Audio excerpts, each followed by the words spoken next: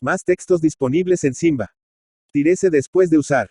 A no es siempre a, salvo en algunos momentos. C no es a, hasta que se demuestre lo contrario.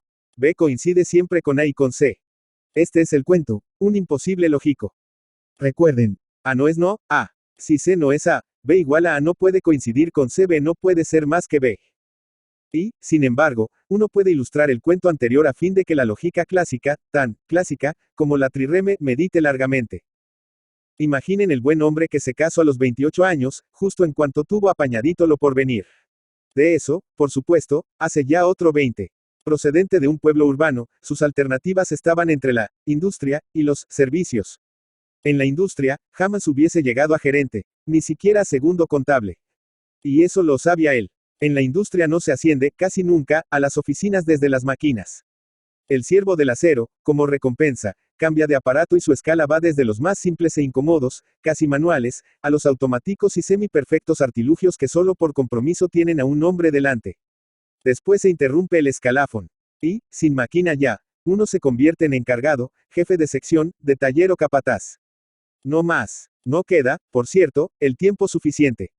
En los servicios, las cosas van de otro modo. Existe realmente una posibilidad de promoción.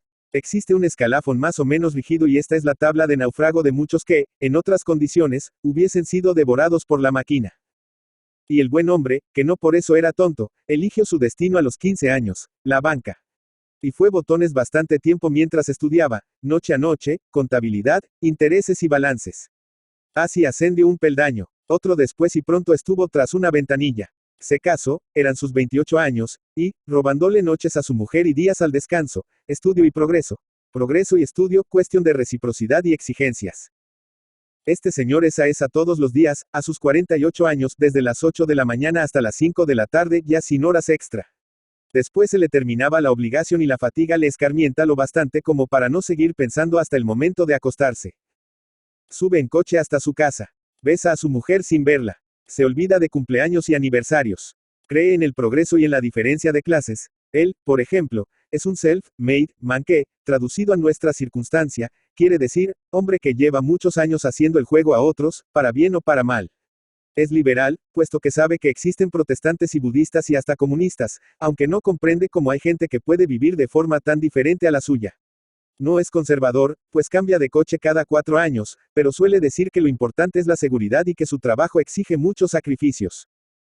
Este buen hombre que, de 8 a 5, es a partir de entonces se convierte en otra cosa. No es desde luego, y, en su papel desmitificador, olvida o finge olvidar sus últimos expedientes y se involucra en el nuevo mundo por la puerta de la televisión. Cena a las 9, ve la sesión de noche y se acuesta en una enorme cama de matrimonio, fría ya de 20 años. Cuando se despierta, entre el reloj y su mujer, es de nuevo. Queda, pues, demostrado como puede ser y no será al mismo tiempo. Argumentación falaz, que diría algún purista. C es otro buen hombre de los que hoy en día abundan en el mercado. Si A es un self-made man, C es un producto manufacturado. A él le hicieron desde un principio y le hicieron a conciencia. Cumplió con todos los rigorosos planes que la familia y el Estado tienen para los niños bien construidos y, así, a los 2 años, mucho antes de tener conciencia de sí mismo, ocupaba su plaza en una mesita paticorta y se aplicaba, con la misma aplicación de que sigue haciendo gala, en los palotes. A los 6 cambió los párvulos por una escuela más seria. A los 7 hizo la primera comunión y a los 9 aprobó su ingreso en el bachillerato. A los 15 lo terminó y soportó, como mejor pudo, la guerra. Nosotros, dice, los hombres de la guerra. A los 22, en fin, abandonó su licenciatura por falta de interés y se aplicó, como cuando los palotes, en ganarse la vida. Tuvo un primer trabajo y otro más casi enseguida. Los dejaba porque era un joven, con ideas, rebelde a su modo y, desde luego de mentalidad moderna e incompatible con los viejales y carcas que por aquel entonces creían estar manejando el mundo. Tuvo también 2 novias, pero fueron ellas las que le dejaron en esta ocasión. Además de pedante, era demasiado voluble e inconstante. Inseguro. No estaba colocado para siempre. Y vino a parar al banco. Un buen puesto en una sucursal. A continuación, un puesto mediano en la central. Luego, subdirector de filiales de poca monta. Le nacieron 3 hijos, uno por cada traslado. Ahora a sus 50 largos, como dice él, es director de una sucursal de medio pelaje. El subordinado más inmediato de C es A. Se desprecia puesto que no tiene una cultura como la suya. Hay otro motivo para este desprecio, aunque la gente clara le llama envidia. A se ha ganado a pulso su lugar en el mundo y, por si fuera poco, es bastante espabilado y aspira al cargo de C, con lo que el actual director quedaría en una desairada situación.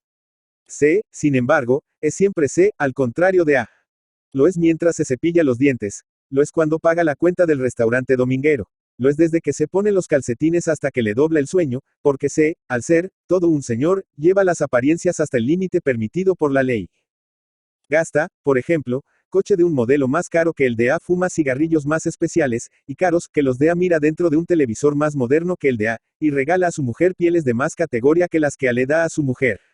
Además, tiene un chale más cerca del mar que el de A, y un perro de una raza más aristocrática que el de A, y guantes de gamuza auténtica, mientras que A se conforma con unos de imitación, y colonia más de hombre triunfador que la de A, y así, sucesivamente.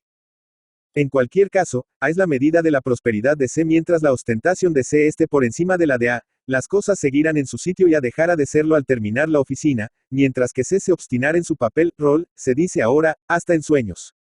He aquí porque en el esquema inicial hemos determinado que A y C son esencialmente distintos aunque existe, y bien real, la posibilidad de que A se convierta, escalando la dirección, en un C cualquiera. Nos queda el último detalle, B, ese ser amorfo, tiene que serlo, capaz de coincidir con A y con C que son distintos, no siendo ninguno de los dos. Difícil, ay, esa lógica se cae a pedazos. Imaginen a un muchacho reposado, lo suficientemente listo como para no querer pasar por ignorante, y lo necesariamente burgués para aspirar a una posicioncita desahogada y fácil. Él nació hace poco, de la generación del plástico, y su vida no ha tenido las mismas duras experiencias de los hombres de la guerra o de los hombres del extraperlo. Tuvo las suyas, las de los hombres de los plásticos, que tampoco son mancas. No es feliz por la sencilla razón de que nadie lo es. Cree, sin embargo, en el deporte institucionalizado, en el turismo como contacto más cultural que anatómico, en la supervivencia de los mejor dotados, en Freud y en los crímenes de guerra, sobre los que ha leído un interesante libro de Sir Bertrand Russell. Tiene una novia, muy decente y dócil, que le permite un determinado cupo de infidelidades al año, y se casará con ella porque anda desquiciado con tanta negativa de pasar a mayores. Sabe que el mundo es redondo y que Einstein era un sabio alemán que se hizo famoso por escribir, E igual a mc2, él, sin tanto bombo, también sabe escribirlo, aunque comprende que fue cuestión de oportunidad y no de caligrafía. Considera que el pelo corto es cosa de viejos, pero no frecuenta jóvenes melenudos. Se corta, pues, el cabello en un discreto término medio. Come mucho. Bebe moderadamente. Chapurrea vagas ideas en inglés y en francés y escucha Radio Montecarlo, con lo que espera perfeccionar su italiano. Considera que el hombre, él casa por amor y la mujer por lo que queda una vez que el amor se ha ido a hacer gargaras.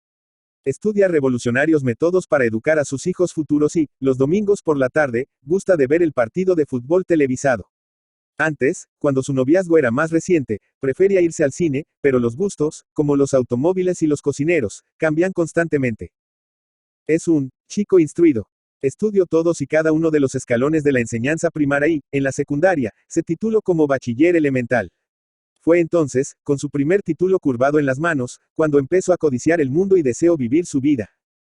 Como para vivir la vida, la de quien sea, hace falta una elemental cantidad de dinero, acepto trabajar. Esto, además, le daría cierto tono, cierta categoría de la que había carecido hasta entonces.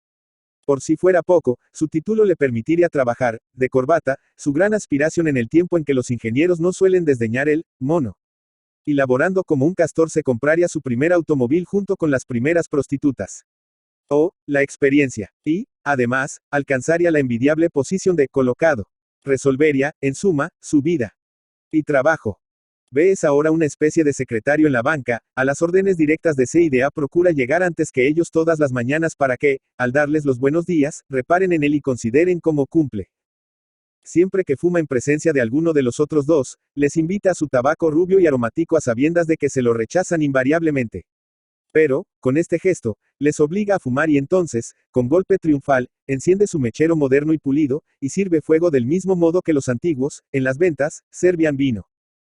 Cuando surge alguna cuestión, él se ofrece a resolverla, incluso trabajando en casa, después de haber comprobado que no existe ni la más remota posibilidad de que le acepten su buena intención. Y, en fin, ves tantas cosas como ninguna y no siente necesidad de echarse un vistazo por el interior para ver cómo le anda de sucia el alma.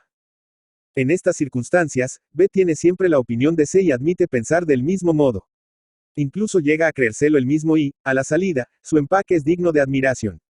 Pero como a tan bien pesa lo suyo en la empresa, B aprovecha todas las ocasiones para asentir a sus palabras, ya con el gesto, ya de viva voz. He aquí, pues, como queda demostrado el cuento del principio. A no es siempre A, salvo en algunos momentos. C no es A, hasta que se demuestre lo contrario. B es la misma cosa que A y que C. He aquí el cuento de consumo, el cuento modular que solo presenta las facetas semejantes del problema. Basta un esquema, una raíz por la que alimentar la imaginación. Hoy, como es el primero, se lo he explicado. No ger lo mismo con el segundo aunque, quizá, no lo haya. Ya veremos. Publicado en el diario Menorca el 24 de abril de 1973. Arturo Robsí. Arturo Robsí Pons a la Yor, Menorca, 10 de julio de 1949 Mount, Menorca, 15 de julio de 2014, fue un escritor, poeta y articulista.